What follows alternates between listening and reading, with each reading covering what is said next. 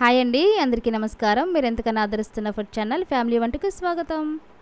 ఈరోజు కూడా ఒక టేస్టీ రెసిపీతో మేము ముందుకు వచ్చానండి. అదేనండి మష్రూమ్స్ కర్రీ. దీన్ని పుట్టగొడుగుల కూర అని కూడా అంటారు. ఇవి అవైలబుల్గా దొరుకుతూ ఉంటాయి, కానీ చికెన్ని మించి టేస్ట్ అయితే దీనికి దోస్తుందండి. ఇదైతే మన రోటీలో కానీ, చపాతీలో కానీ, రైస్లో కానీ, పలావ్లో కానీ ఎలా తిన్నా కానీ చాలా టేస్టీగా ఉంటుంది. గ్రేవీగా వండుకోవచ్చు. ఇంకెందుకు ఆలస్యం, ఇది మీకు పరిచయం చేసే ముందు ఇంకా నా ఛానల్ ఎవరైనా సబ్స్క్రైబ్ చేసుకోకపోతే సబ్స్క్రైబ్ చేసుకోండి. ఎందుకంటే నా వీడియోస్ అన్నీ మీకు నోటిఫికేషన్ ద్వారా వస్తాయి. వీడియోని ఎక్కడ స్కిప్ చేయకుండా చూడండి. వీడియోలోకి వెళ్ళిపోదాం రండి.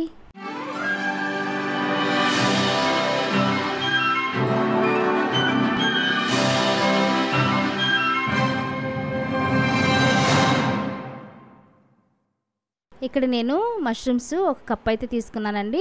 వీటిని వాటర్లో బాగా క్లీన్ చేసి మీకు చూపిస్తున్నాను. ఈ విధంగా కడుక్కోవాలి. కడిగి పెట్టుకున్న ఈ మష్రూమ్స్ అన్నిటిని మధ్యలోకి ఈ విధంగా కట్ చేసి పెట్టుకోవాలి. మరి చిన్న ముక్కలుగా కాకుండా 2 సగాలుగా అయితే సరిపోతుంది. చిన్న చిన్న పీసెస్ అయితే కర్రీలో మనకి వండేటప్పుడు కనబడవు, చిన్నగా అయిపోతాయి. కాబట్టి ఈ విధంగా మధ్యలోకి 2 భాగాలుగా చేసుకుంటే సరిపోతుంది.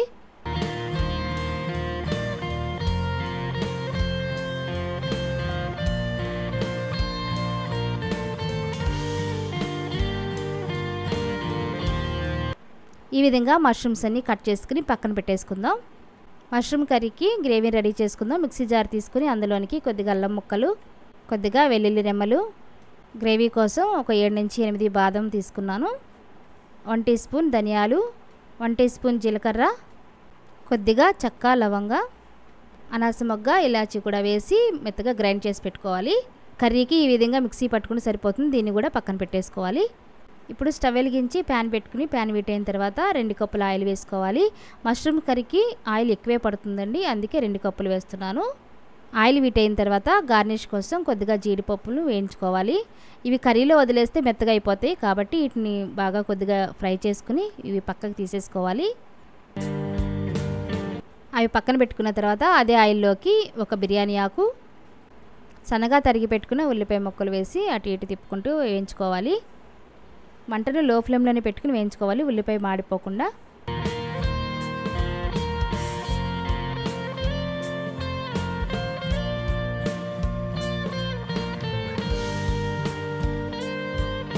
ఉల్లిపాయ సగం వేగిన తర్వాత ముందుగా కట్ చేసి పెట్టుకున్న పచ్చిమిరపకాయ ముక్కలు కూడా వేసుకుని వేయించుకోవాలి.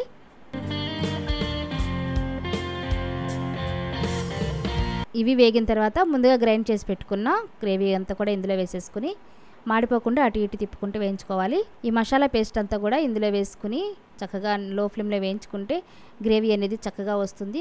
తినేటప్పుడు కూడా మంచి టేస్టీగా తెలుస్తుంది.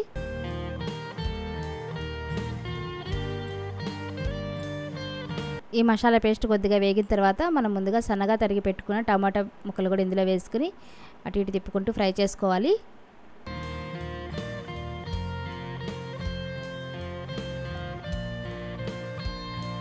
టమాటా ముక్కలు కొద్దిగా వేగిన తర్వాత కొద్దిగా కరివేపాకు కూడా వేసుకుని తిప్పుకుంటూ ఫ్రై చేసుకోవాలి.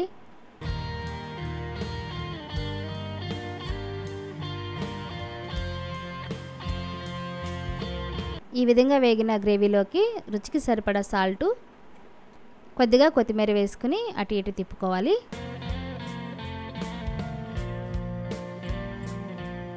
ఈ విధంగా లో ఫ్లేమ్లో అటు ఇటు తిప్పుకుంటూ వేయించుకోవాలి.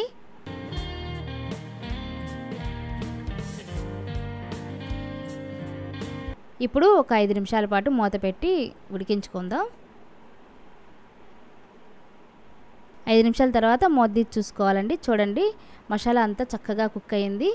మూత ఎందుకు పెట్టామంటే పర్ఫెక్ట్గా ఉడుకుతుంది, మసాలా పచ్చివాసన లేకుండా వేగుతుందని మూత పెట్టుకున్నాము. ఇప్పుడు ఇందులోనికి మనం ముందుగా కట్ చేసి పెట్టుకున్న మష్రూమ్స్ అన్ని ఇందులో వేసుకుని మసాలా అంతా కూడా మష్రూమ్కి పట్టేలా తిప్పుకుంటూ వేయించుకోవాలి.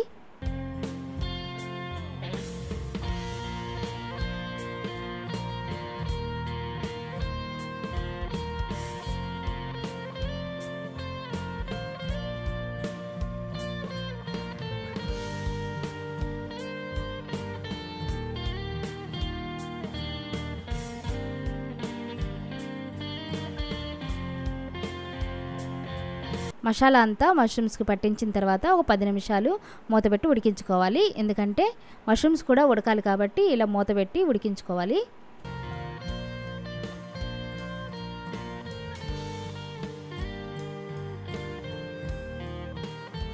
ఇప్పుడు ఒకసారి మూత తీసి చూసుకుందాం అండి. చూడండి ముక్కంతా కూడా ఉడుకుతూ ఉంది.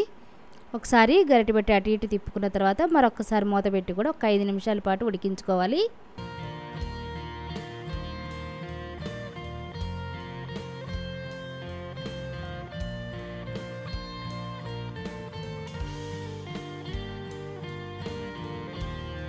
ఐదు నిమిషాల తర్వాత మూత తీసి చూసుకోవాలి. చూడండి మొత్తం అంతా కూడా చక్కగా రెడీ అయిపోయింది.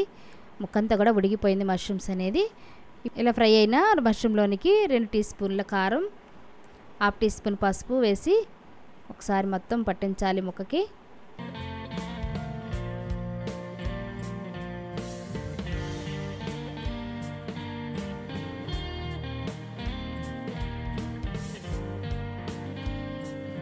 ఇలా పట్టించిన తర్వాత ఒక గ్లాస్ వాటర్ పోసుకోవాలి. ఈ విధంగా వాటర్ పోసి అటు ఇటు తిప్పుకున్న తర్వాత ఒక 2 నిమిషాలు గ్రేవీ దగ్గర పడేదాకా మూత పెట్టి ఉడికించుకోవాలి.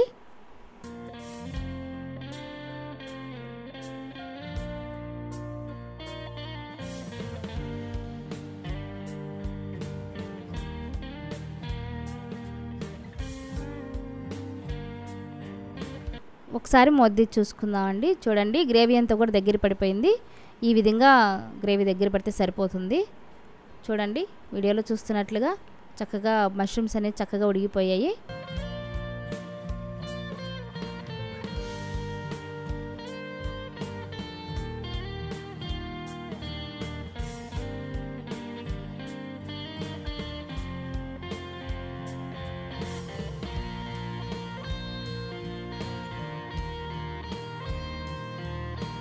చివరగా కొద్దిగా కొత్తిమీర వేసుకోవాలి. ఇప్పుడు ముందుగా మనం ఫ్రై చేసి పెట్టుకున్న జీడిపప్పును కూడా ఇలా వేసేసుకోవాలి. అంతేనండి, వేడివేడిగా మష్రూమ్స్ కర్రీ రెడీ అయింది. మీరు కూడా ఒకసారి ట్రై చేయండి, చాలా టేస్టీగా ఉంటుంది. ఈ గ్రేవీ అయితే మీరు ఎందులోనైనా సర్వ్ చేసుకుని తినొచ్చు. ఈ వీడియో కనుక నచ్చితే లైక్ చేయండి, షేర్ చేయండి, కామెంట్ చేయండి. వీడియోని చూస్తున్నారు కానీ చాలామంది సబ్స్క్రైబర్ అనేది చేసుకోవట్లేదు. నాకు సపోర్ట్గా ఉంటుందని సబ్స్క్రైబ్ చేసుకోమని అడుగుతున్నాను. అంతేనండి, నెక్స్ట్ వీడియోలో మళ్ళీ కలుద్దాం. Thank you for watching.